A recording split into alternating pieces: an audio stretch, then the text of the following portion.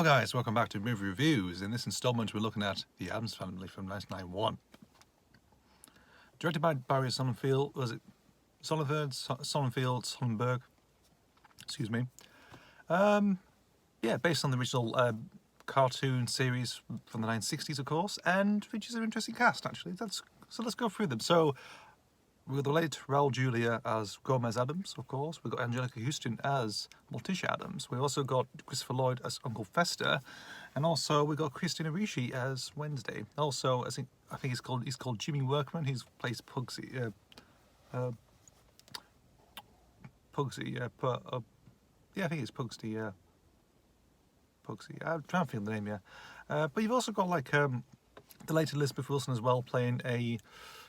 It's meant to be like supposedly this adopted mother of Fester, really. Who actually, well, we'll probably explain why. So obviously we've got the Addams family just being their normal selves, really, doing the weird sort of bit stuff. Wednesday's torturing Pugsley and all stuff, just stuff happens really. That's until when Gomez, sort of remembers, that of his brother Fester, really, who actually went, who sort of got separated, really. I think there's a weird thing, like, him and his brother sort of, got separated in an orphanage when they were kids, really. And basically, he sort of went, really, don't know where, really. In actual fact, actually, Fester ends up in the hands of a supposedly this psychiatrist or doctor or something, played by the late Elizabeth Wilson, and basically plans to reunite with them. Who, says oh, he's your brother and everything else, but also that sort of thing. But also plans to, take over the Addams' property. Really, she wants to take what they got. I think because obviously they find out that they've done some tax evasions or something like that, or something, or anger the community. I don't know. This all some of the civilians. I don't know. Not entirely sure, but they end up, sort of, being the target for this loan shark business, of course. And obviously they're using Fester, of course, who, in actual fact, he where he actually was found. He was found in the Bermuda Triangle, washed up, and was suffering from amnesia. And obviously he basically ends up in the hands of this, this again loan shark posing as a doctor, like some psychiatrist or something, and basically just just goes on apparently goes under the name Gordon or Gordy or whatever, and has hair, like Professor's actually grown a bit of some hair really, strangely, and decides to cut it all off. It sort of alludes to that there is a doppelganger of Fester, really. And this guy called this psychiatrist's son, who absolutely experienced image of Fester, decides to infiltrate and just pretend to be him, really. In actual fact, it's the actual Fester, but he was suffering from amnesia, strangely enough. I do like it. It's a pretty good one. I had an interesting time with it, really. Something interesting. I only knew about the Addams family mainly from repeats, but also Addams Family Values was more broadcast on television more often than the first one, I think, because I say briefly of when you channel hopping, you come across this on like something like maybe ITV1 or something in the afternoon, during like Saturday, like during the weekend, like Saturday or Sunday. It's like interesting. So yeah, but it's a good cast, of course. Some of them don't sadly passed away. Elizabeth Wilson has. Raul Julia passed away, I think, a couple of years later. I think just after filming Street Fighter the movie. And it was interesting really. I mean, obviously, Family Values came out the same year as Street Fighter the movie, of course. Angelica Houston's still around. All the rest of it. Christina Ricci sort of done some other interesting stuff since then, really. Been a child actress and just carried on doing some interesting stuff. Buffalo 66 sort of springs to mind, really.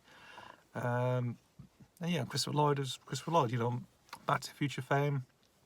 Done loads of stuff, of course. Probably still working hard, really, as ever, or basically, or retired. I don't really know, actually, with Christopher Lloyd. I don't know, but who knows. But that's Addams Family. It's probably worth a watch. If you're interested into the show or the franchise itself, give this one a watch. Maybe the sequel as well. I don't know. I still need to see fully Addams family values, really.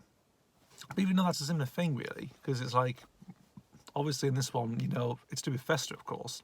Obviously, this person who thinks it's his mother is actually, again, a loan shark, of course, trying to steal the family's fortune and property and everything else. The same thing with value, Addams family values, of course, when Fester gets engaged to some mass murderer or something, or some crazy widow or something. That's just interesting, taking fortunes and everything else. So there's a little bit less variation in that. Well, there we go. So, yes. Not much to say, really. So, Addams Family, 1991, Barry Sonnenberg film. Not bad.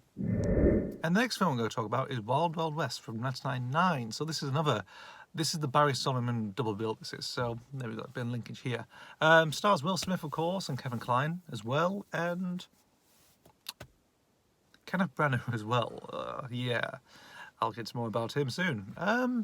So this is based on a TV show, I think, called The Wild Wild West, actually, from the 1960s, I think. Same thing with Addams Family, really. Sort of come from there, and obviously has built a cult following. It's interesting, actually, because, you know, this is sort of like a weird thing, because I never heard of The Wild Wild West. I never heard of this, actually. So I thought, I don't really know. I never actually bothered researching what the original, the original version is like, so don't know about that. So we've got Will Smith and Kevin Kline. Will Smith, at this point, was top of his A game, of course. He done Bad Boys in 1995. Then in 1997, he did Men in Black, another Barry Solomon film. And obviously jumped to this one. So this is like canon on the success of Men in Black, really. And obviously, it's a lot of people shout on the film. People still think it's one of the worst films ever. Absolutely, you think this is, people think it's an utter turkey in Will Smith's filmography. I don't mind that, this film. It's a funny fluff film. There's a lot of interesting camera work. It's just bonkers, really. It's interesting to have a good time, really. Quite adventurous. I've always seen this on TV. It's been repeated quite a lot over the time. I always catch it on the it's like you watch half the movie. It's like, well, it's always the same thing. Like they open up with when I check Childhood, it's flashy. It sort of fades to the cornfield scene when they got magnets around their neck and they're being chased by buzzsaws. That's the only sort of thing I remember first time seeing Wild Wild West on TV. And actually really enjoying it, of course. And obviously the same thing happened again. You see the buzzsaw and everything else, But overall, and also the final confrontation with the giant mechanical spider, attacking little towns and whatever. So really, indeed.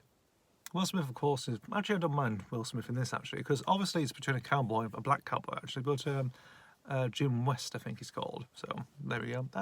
Interesting. Decent, very cocky, of course, and just, like, very suave and dapper. Like, similar thing to do with Agent J, Men in Black. That type of thing. Kevin Kline. Obviously, Kevin Kline's done a few interesting films beforehand, of course. I mean, A Fish Gone Wonder springs to mind, of course, if anyone's seen that film. I need to give a rewatch that film. Obviously, he's playing so he's basically another agent, really. He's like a lot of special gadgets and stuff. Very sort of high tech, very sort of like way ahead of its time, really. Whereas Will Smith's character Jim is more laid back, quite rootsy, in a way, sort of like bare bones. Just have a pistol in his hand, use his fisticuffs and everything else. And obviously just move on horseback, really, at that time.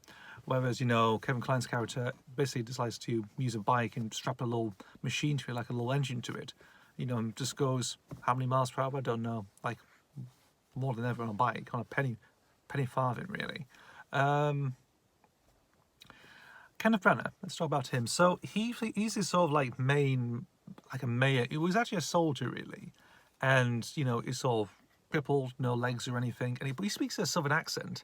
It's weird, and I think it's a weird thing. It's like some weird, it's like something I used to see of a medieval movie, really, in terms of his, how he looks. It's like a weird, what could I think? It reminds me of the Sheriff of Nottingham, like Sheriff of Nottingham from Robin Hood, Prince of Thieves, but instead you'd have Alan Rickman putting a southern accent on, and just he's like so weird, very bizarre, and also runs around a mechanical wheelchair. It's like,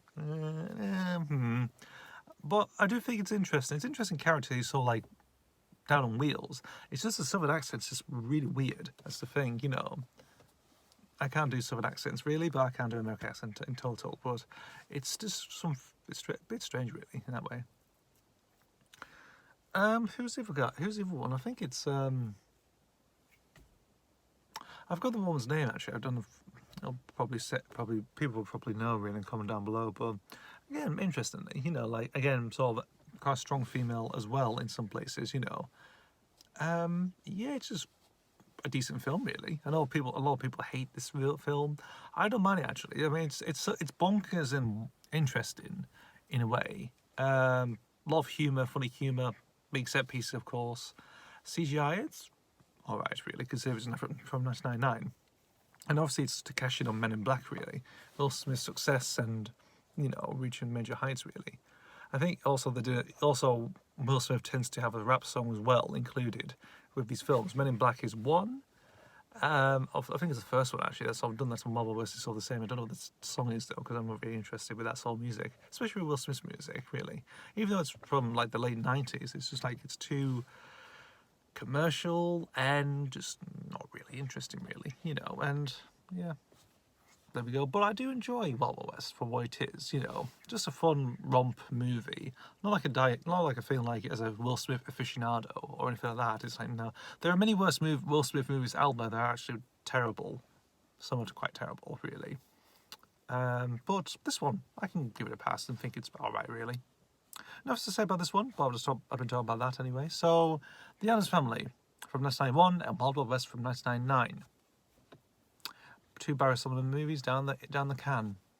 Thank you very much. Anyway, see you guys. See you later.